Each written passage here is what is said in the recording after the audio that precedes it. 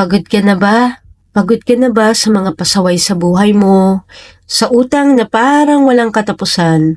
Sa health problems o sa paulit-ulit na panloloko sa'yo? Ay, ang bigat ano? Parang ikaw na lahat, lagi na lang nagdadala ng lahat. Nakaka-drain talaga kapag lahat ng problema ikaw lang ang humaharap. Pero naisip mo na ba kung isuko mo lahat kay God? Naisip mo na ba na humingi ng tulong sa Kanya? Diba sabi nga niya, "Come to me, all of you who are tired, and I will give you rest." Kapag sobrang overwhelmed na ako, inihinga ko na lang kay Lord lahat ng nasa loob ko. At sinasabi ko sa Kanya na pagod na ako, and Lord, please take care of everything. At alam mo, nakakagaan ng loob kasi kahit anong bigat ng nararamdaman mo, God is always there to carry it with you.